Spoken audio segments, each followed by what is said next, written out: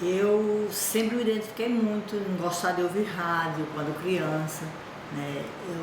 Era criança, morava na Areia Branca e tinha um serviço de alto-falante. Eu tinha medo de falar no microfone. Agora, eu sempre gostei, desde criança, desde minha adolescência, minha juventude, que eu gostava muito de rádio. Eu trabalho na Rádio Rural desde o ano de 1963, já faz 54 anos. Aí eu tirei em primeiro lugar. Eu fiquei com o primeiro lugar e fui logo chamado para a rádio, em 1972. Dimas brincava com a gente como se a gente fosse comunicador e fosse ouvinte, e ele dizia que a minha voz era diferente. E veio aquela, na minha mente, de aprender. Eu comecei a perceber com os companheiros, como Edmilson Lucena, Paulo Wagner. Meu sonho era sempre voltado para o rádio. Qualquer profissão que eu imaginasse que poderia exercer no futuro. Mas eu comecei, eu costumo dizer que eu comecei desde menino, né? Porque já treinava em casa, mas eu comecei mesmo, foi em Petrolina, no serviço de alto-falantes. Mais de 30 anos aí percorrendo essa estrada aí da comunicação.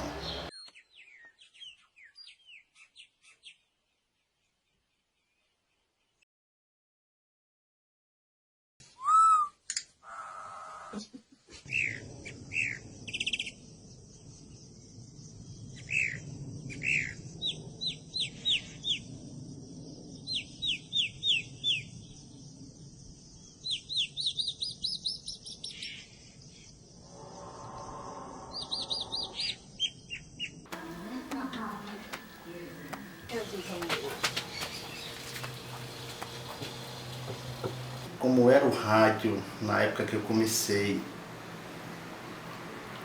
o rádio era assim, como o rádio era muito eficaz e muito conhecido também. Então o rádio era muito forte, não se tinha essa modernidade de hoje. E o principal instrumento entre o cidadão era o rádio AM, que se fazia muito sucesso naquela época. O rádio era o que havia de mais importante em termos de comunicação, que eu ainda acho que é, né? Mas assim, era o único meio de comunicação de massa que existia verdadeiramente.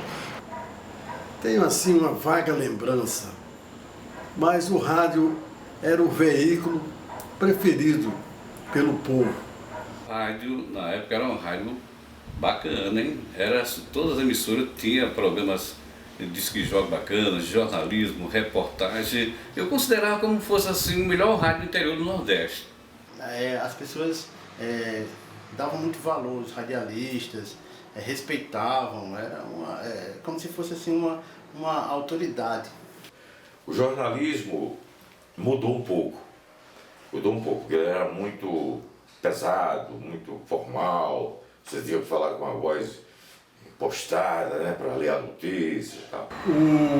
No meu tempo, os nomes, que eram nomes de proa do rádio em Mossoró, eram Genildo Miranda, todos já morreram, José Maria de Souza Luz, na Rádio Tapuio, Jaime Hipólito Dantas, Jorge Ivan Cascudo Rodrigues. O rádio, você está lá na zona rural, o homem do campo, ele está plantando. Aí hoje, tem noticiarista que já faz programa noticioso, já faz com descontração, né? É uma coisa mais leve, né? Embora eu também gosto do noticiarista de voz pesada, de voz grave, né? Que passa verdade, né? E outros nomes de proa do rádio. Isso foi a etapa inicial do rádio em Mossoró nos anos 50. Ele está roçando, capinando. Ele pode levar o rádio, colocar no seu bolso da camisa e ficar ouvindo. Pode colocar um fone, o rádiozinho e ficar ouvindo. Quando chegou nos anos 60, aí entramos eu, Demilson Santos. E aí foram aparecendo os radialistas dos anos 60. O rádio era como se fosse, digamos, O WhatsApp de hoje, antigamente, só para você ter uma ideia, como era o rádio, era assim, na época que eu comecei. Então nós fazemos parte dessa turma, dessa pleiade. E todos têm sua parcela de contribuição escrevendo a história do rádio em Mossoró.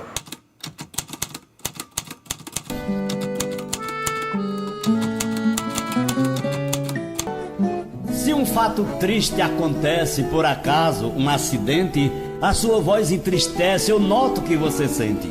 Você avisa a polícia, depois nos dá a notícia sempre em primeira mão. Não tem página social, nem revista, nem jornal, nem mesmo a televisão. Na cidade ou no deserto, tem sempre um radinho perto com música e informação.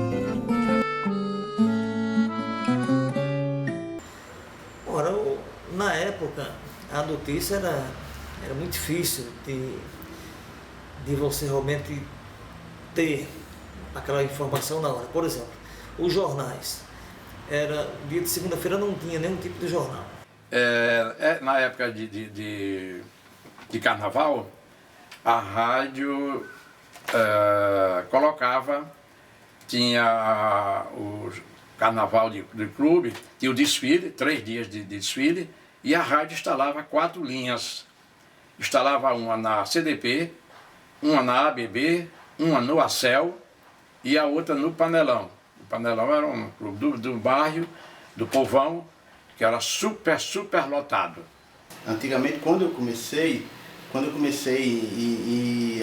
gente tinha uma dificuldade muito grande em termos de equipamentos, né? Porque na época os equipamentos eram mais grosseiros, podemos dizer assim, mas para hoje esses equipamentos seriam grosseiros, mas na época eram equipamentos de ponta. Entrevistar, narrar o carnaval, mostrar o carnaval, mostrar através do rádio para o povo que não estava na cidade, não tinha televisão, não tinha nada, só que não estava no centro. Então assistiu pelo rádio. As notícias locais, a gente na época ia buscar essas notícias, ia buscá-las com um gravador enorme, o repórter saía a pé, não tinha nenhum carro de reportagem, ele ia a pé, a radiodifusora ficava ali na rua Alfredo Fernandes, perto da prefeitura, perto da Câmara de Vereadores, aí o repórter ia lá, fazia a entrevista. Esses gravadores que pareciam muito... Pronto, eu vou comparar aqui o gravador que eu utilizava na época. Era mais ou menos você que vê esse tijolo de 8 furos. O gravador era daquele tamanho. Porque eu lembro que eu saía com aquele tijolão, que era o gravador que a gente saía, e a primeira cobertura que eu fiz na Câmara Municipal de Mossoró, que eu cheguei lá, eu não sabia o que era baixar a comissão, eu não sabia o que era um projeto aprovado em regime de urgência urgentíssima, eu não sabia nada do funcionamento do Poder Legislativo, né? A gente trabalhava com fita cassete, primeiro quando eu comecei era fita cassete. As mídias, as publicidades, as reportagens, tudo vinha. O pessoal da produção, da redação, produzia os jornalismos, as entrevistas e vinha em fita cassete e a gente colocava em 2 decks, que chamava decks, onde colocava fita, né?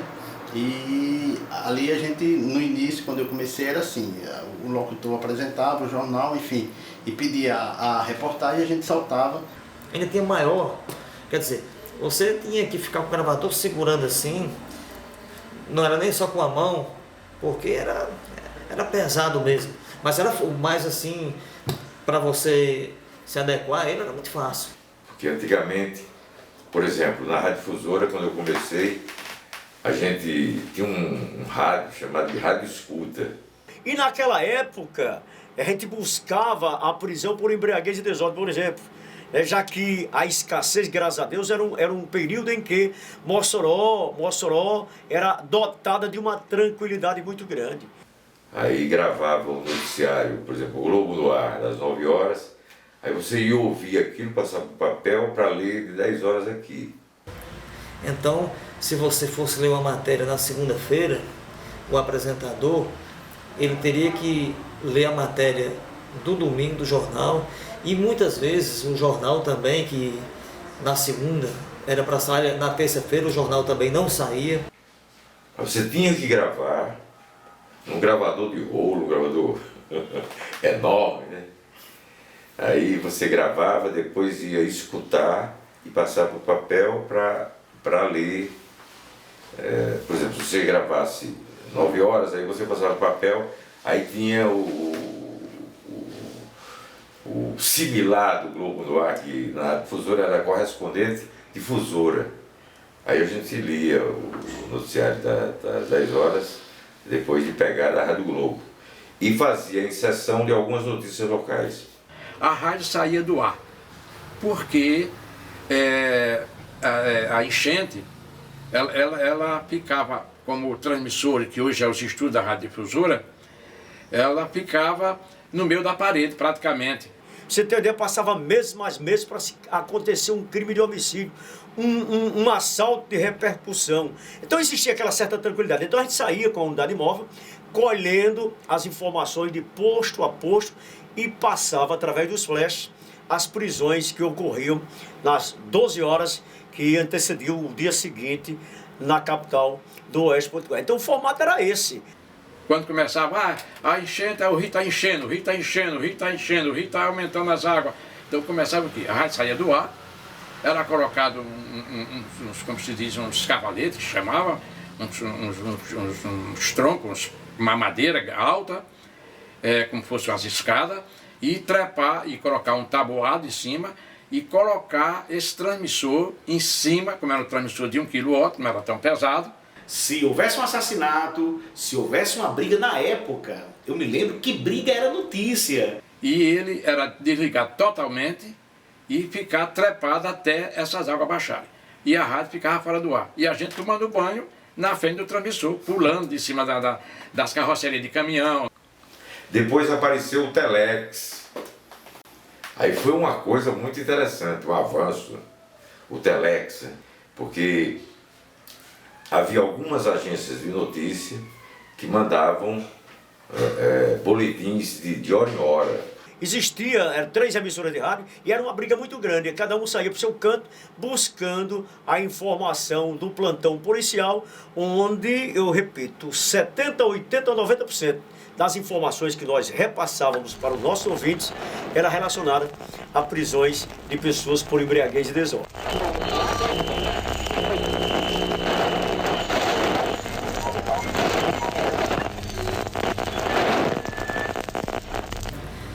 Teve uma que eu não quero citar o nome, mas, por exemplo, era uma indústria que poluía muito a cidade, que eu fiz muitas matérias lá. A gente às vezes estava com o noticiário já pronto para ir para o ar. Aí chegava o Telex, né? Antes do Telex eles telefonavam. Ou então o pessoal da própria Polícia Federal chegava e dizia: essa notícia não pode, tinha censura, tinha censor. As pessoas reclamavam, a vizinhança reclamava, levei técnicos do IBAMA na época, e essa indústria poluía muito e há bem 30, 40 anos. Essa notícia não pode, essa não pode, essa não pode, essa não pode. Aí você terminava tendo o jornal, às vezes, quase que completamente comprometido, né? Derrubava o jornal. Interessante, hoje totalmente moderno, uma coisa que é muito diferente daquela época, dos anos 80, quando nós começamos a fazer o setor policial.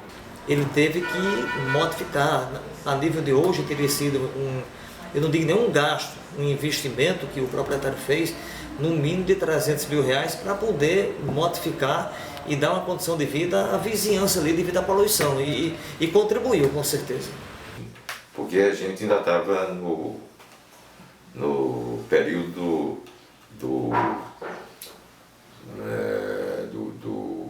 dos governos militares, né? A Revolução de 64, que eu prefiro chamar de ditadura. O rádio era a principal fonte de notícia, ou talvez a única durante o dia, né? O repórter eu considero ser uma espécie de clínico geral, que ele vê tudo, de tudo um pouco na cidade.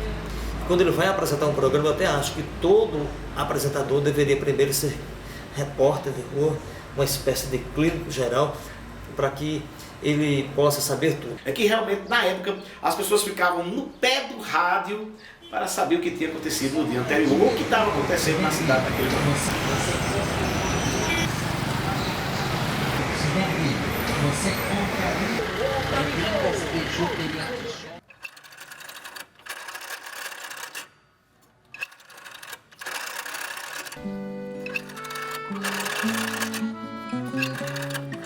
Quando a gente telefona, você coloca no ar. A gente se emociona ao ouvir você falar. Se eu tenho algum parente habitando em outro estado, o locutor faz a frente, mandando o nosso recado.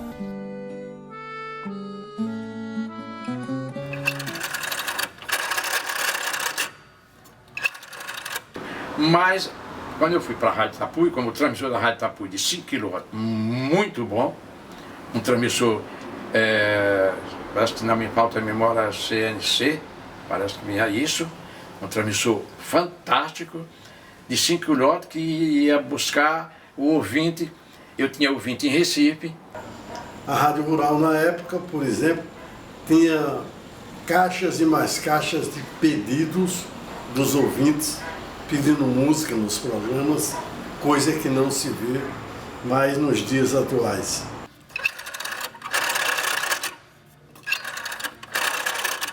Tinha um ouvinte que ligava todas as noites de Recife, então eu botava ele no ar, ele pedia a música, oferecia e depois ligava, só obrigado, estou ouvindo aqui. O rádio hoje está muito cheio de suporte, né? Tem um cabedal aí, um capital muito grande, a internet, por exemplo, né? Essas redes sociais. Isso ajuda muito, né?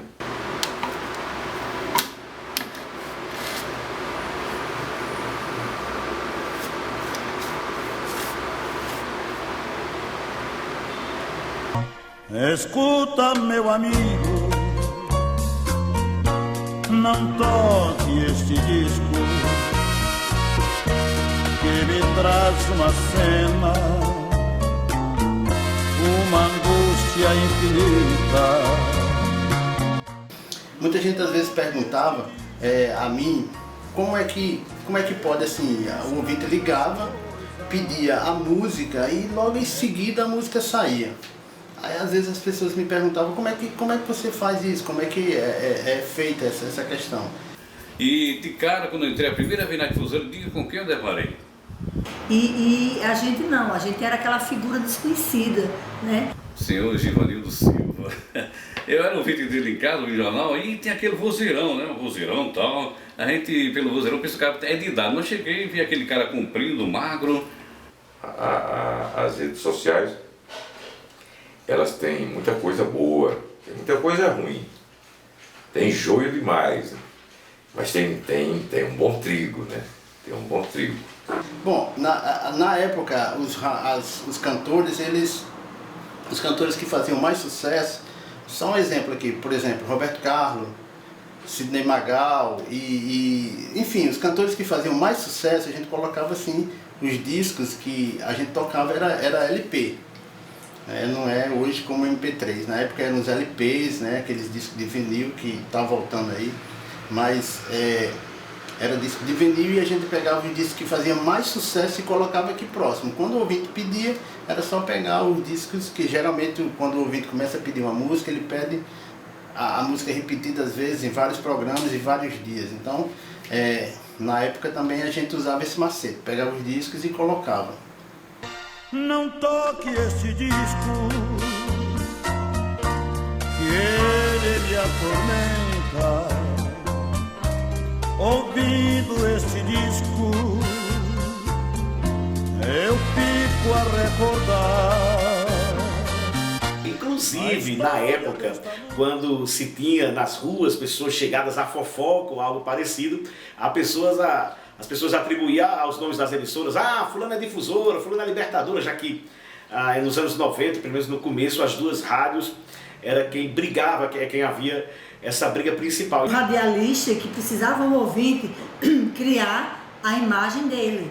Eu digo, pai, quem é Givanildo Silva? Sou eu. Não, é um prazer, bicho, tal. Eu te escuto, pensei que você era um cara de idade, mas é jovem que nem eu também. Então você não sabia se a pessoa era nova, pela voz você imaginava se era nova, se era morena, se era gorda, se era magra, né? Então você criava uma figura para aquele, né, um personagem para aquela pessoa que estava lá nos microfones, né? Era um rádio completamente diferente. E hoje você não vê mais esse tipo de comunicação entre as emissoras e o ouvinte através de carta, pedidos, etc. Você, meu radialista, tá sempre do nosso lado. Com uma palavra otimista, um poema ou um recado. Não tem página social, nem revista, nem jornal, nem mesmo a televisão.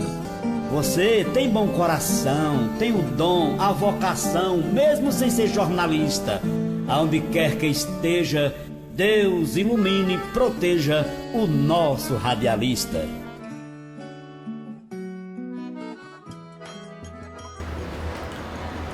Há alguns dias atrás, eu estava em uma cidade do interior do Rio Grande do Norte e aconteceu um acidente automobilístico com uma cantora de uma banda que eu não vou citar o nome porque eu não lembro. Olha, eu acho que no Brasil não aconteceu aí em canto nenhum, nem no mundo, um show de 25 horas, se comemorando os 25 anos da Rádio Rural. E a cantora veio a falecer.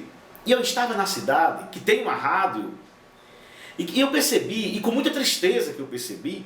Depois eu ingressei em outro programa, que começava às 9h30 da manhã, chamado Os Brotos Se Divertem. Era um programa de 1 hora de duração, com músicas da atualidade, músicas jovens daquele tempo. Roberto Carlos já está começando a aquecer a turbina, né? Etc. Eu percebi que as pessoas não corriam para o rádio para ouvir. As pessoas não disseram, eu ouvi do rádio, liga o rádio para a gente saber detalhes. Diferente de outras épocas, as pessoas diziam que tinham visto no YouTube, em site Y, site X. Eu percebi naquele momento de que a luz amarela no rádio, ela está acesa, mas eu tenho que dizer uma coisa. Roberto Carlos, Gerardiane, Renato Seus Buqueps. 25 horas de show nos 25 anos da Rádio Rural de Mossoró. E como tem imagens na minha mente de alguns casos de repercussão, como repórter, como apresentador, que eu tive que cobrir. Pode ser uma situação atípica, pode ser que em Mossoró os números me provem o contrário, pode ser que o rádio continue aí com a força total, como sempre foi. Mas tem alguns casos que realmente eu me recordo muito bem. Na minha época, eu apresentei com Edson Martins, com Paulo Bertrand, com José Maria Madri. Foram 3 colegas com quem eu apresentei Notícias da Cidade.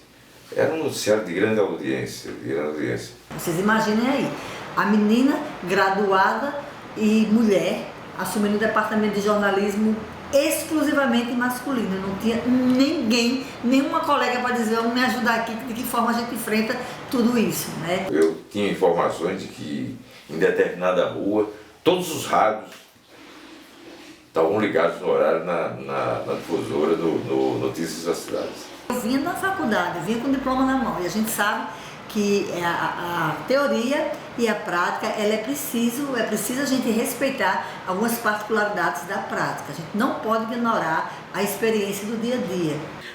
Na época, no ano de 1996, acho que na segunda campanha de Rosalba Ciarline, Fabiano Santos fez então algo comigo que ninguém tinha acreditado. E eu lembro uma vez, tem uma passagem bem interessante na minha vida, do rádio, que eu cheguei a apresentar o Notícias da Cidade, o mais antigo e criterioso informativo do rádio local, né? Inclusive o assalto ao Banorte. Por coincidência, por sorte do repórter, eu passava na hora. Eu fui o primeiro repórter a chegar no local do fato. Edmilson estava no estúdio, fazendo a Cidade Aflita.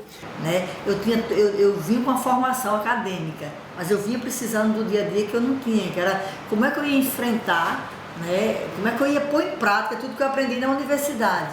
Era preciso que eu tivesse alguém que já tivesse passado por aquela experiência. E eu fazia intervenção na programação, entrevistando a então candidata Rosalba Ciarrini, isso em 1996. Nesse tempo, nesse período, podia-se até transmitir comício, passeata.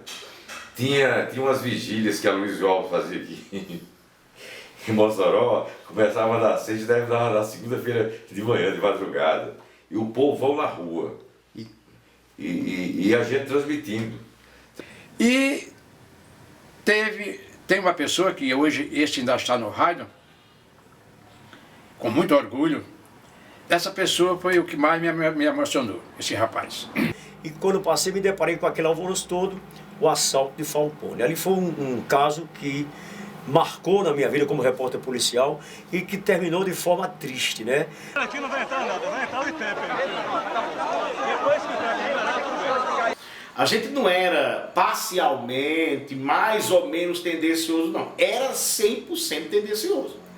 A orientação era, no nosso lotado, não cabe de gente, fala para a multidão vai ao delírio. E a gente tinha que dar uma passadinha também no outro candidato. E no outro candidato, a multidão ínfima, um número de pessoas reduzido. E tem aqui na mente um resumo de histórias tristes que continua marcando a vida deste humilde apresentador de rádio. Tava a apuração no ar, aí a Rádio Tapuí tinha um número sobre a apuração, né? E a difusora tinha outro.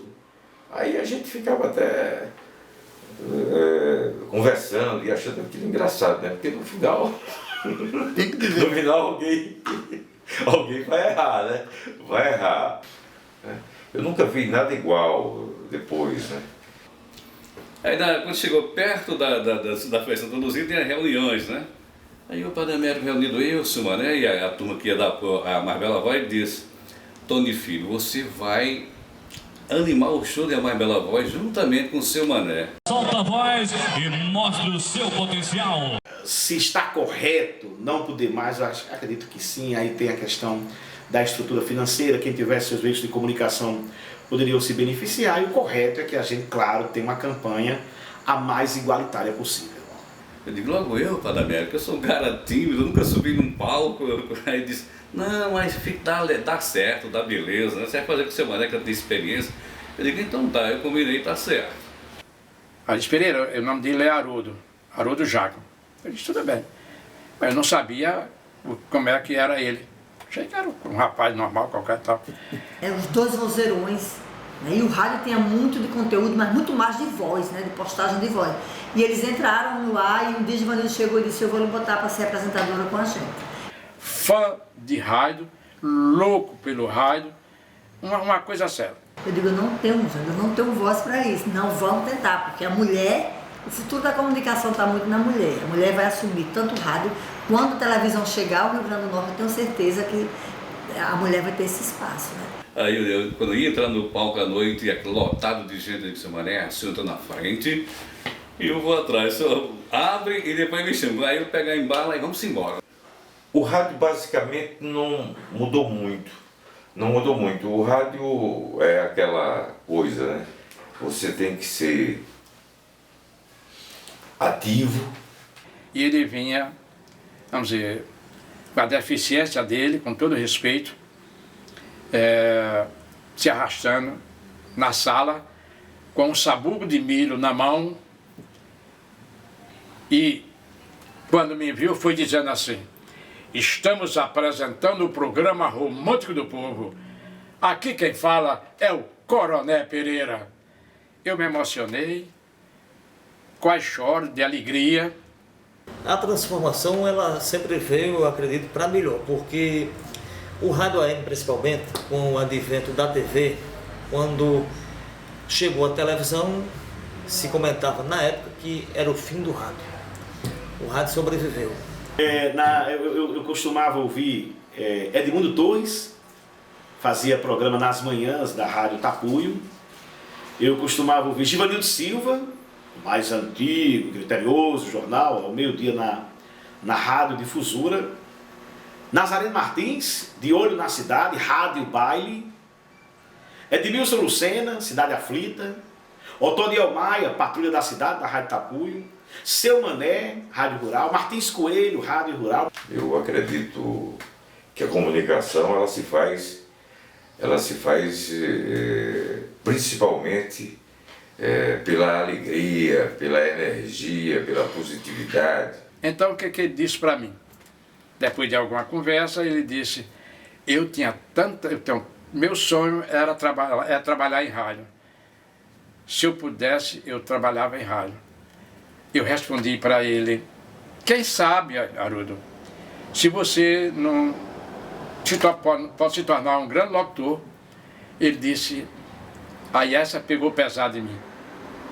Ele disse, não, eu não tenho condições. Eu sou deficiente. E isso me emociona até hoje.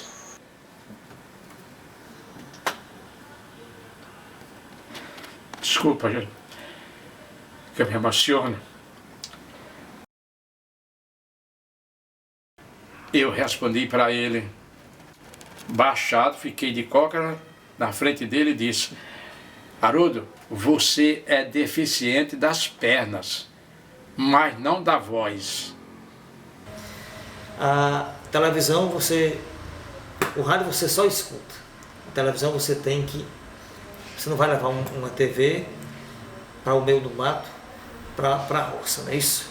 Acho que o comunicador de rádio tem que estar sempre bem, embora os problemas, né, existindo, embora tendo problemas, mas ele tem que estar sempre animado, sempre propositivo, né, proativo, né? E eu, por exemplo, quando estou ouvindo rádio, eu gosto do locutor animado.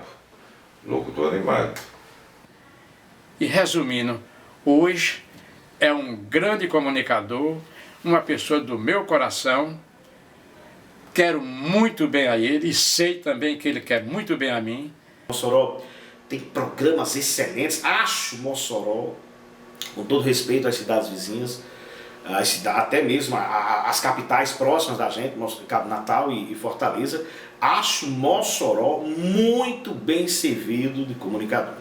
Então o rádio hoje, ele tem muitas vantagens em relação ao passado, tem muitas vantagens em relação à época que eu e muitos outros colegas nós iniciamos o rádio. Mas eu acho que hoje, com essa tecnologia, com tudo que foi colocado, que novas tecnologias vão surgir, mas o rádio sempre foi e sempre será um grande meio de comunicação e eu acho que vai ser difícil bater, viu? Viajando no tempo de menino, deixei muitas pegadas pelo chão, pra depois me servir de informação como faz um guerreiro genuíno. Na segunda batalha do destino, viajei mais tranquilo e mais seguro.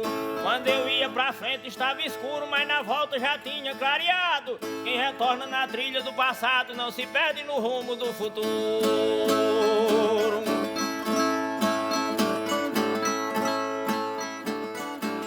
O meu nome é José Maria Nobre de Medeiros, conhecido como J. Nobre. Olha, meu nome é José Antônio Pereira e costumeiramente as pessoas me chamam de Zé Antônio ou José Antônio.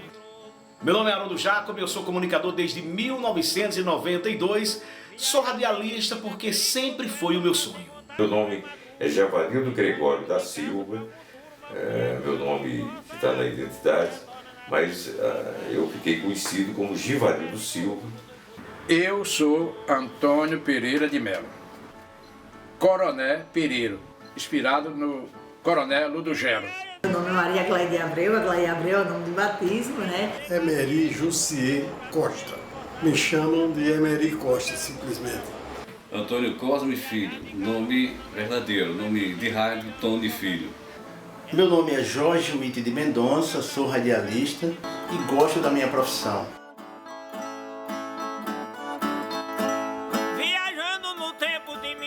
deixei muitas pegadas pelo chão, pra depois me servir de informação como faz um guerreiro genuíno. Na segunda batalha do destino viajei mais tranquilo e mais seguro. Olha, você olha pra mim, não olha pra câmera não. Eu esqueci. Vai lá. Relaxou? Trilha do passado não se perde no rumo do futuro.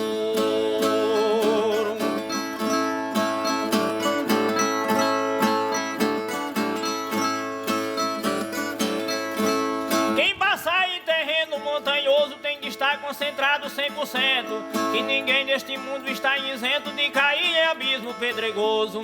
Viajar sem destino é perigoso, retornar sem... Obrigado.